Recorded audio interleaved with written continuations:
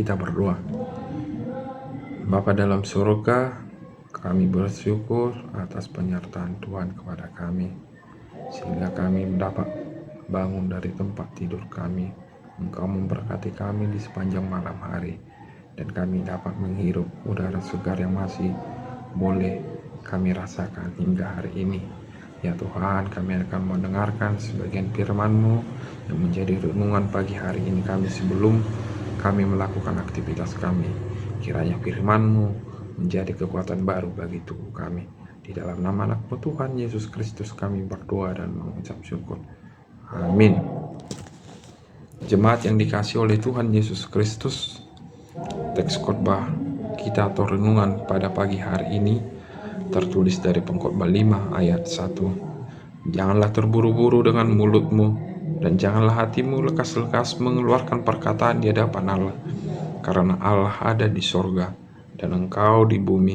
Oleh sebab itu, biarlah perkataanmu sedikit. Di dalam bahasa Batak Toba dikatakan, unang magirgir rupa mangamu, jala unang hapugan rohamad dok hata anggo di hadapan di debata.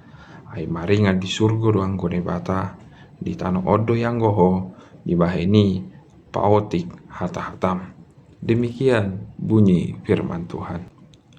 Jemaat yang dikasihi oleh nama Tuhan Yesus Kristus, salah satu ungkapan yang sudah sering kita dengarkan ialah lidah memang tidak bertulang, yang bermakna bahwa setiap insan manusia supaya menjaga tutur katanya, jangan asal berbicara atau menyampaikan informasi yang tidak jelas atau menyampaikan kabar yang berisi kebohongan tanpa adanya fakta yang jelas.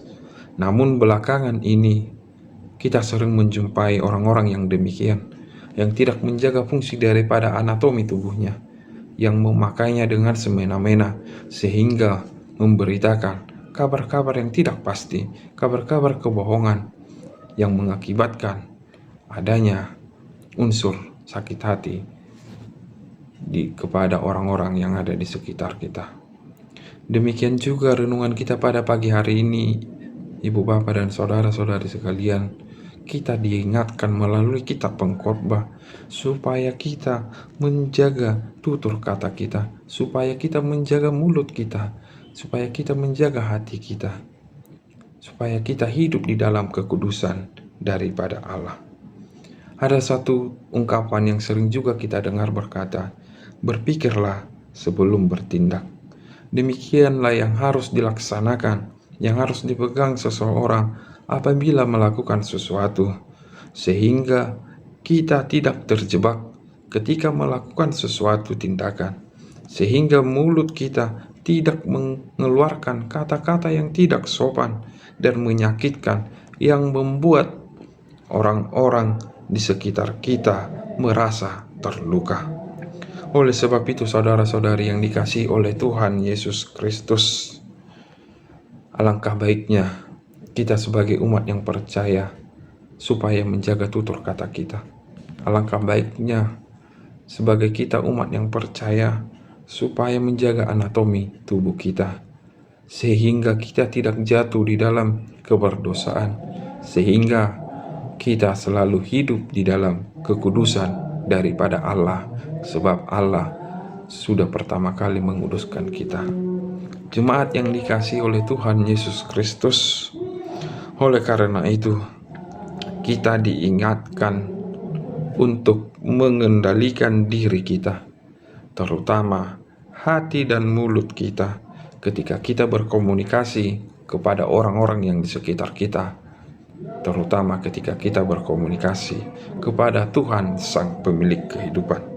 Dan kita juga diarahkan supaya hidup orang percaya hidup di dalam takut akan Tuhan, dan perlunya kehati-hatian di dalam bertindak dan berbicara, sehingga hidup umat yang percaya tidak lagi hidup di dalam keberdosaan. Oleh sebab itu, saudara-saudari yang dikasihi oleh Tuhan Yesus Kristus, sebelum kita melakukan aktivitas kita pada pagi hari ini, alangkah baiknya kita menjaga hati dan perkataan kita, supaya kita ketika berbicara kepada lawan bicara kita, kita tidak mengeluarkan tutur kata yang mengakibatkan sakit hati, melainkan kita mengeluarkan kata-kata yang menjadi berkat kepada orang-orang yang di sekitar kita. Amin. Demikian firman Tuhan. Kasih karunia dari Tuhan Yesus Kristus serta kasih setia Allah Bapa dan persekutuan Roh Kudus memberkati dan menyertai kamu sekalian hari ini, esok, dan sampai selama-lamanya. Amin.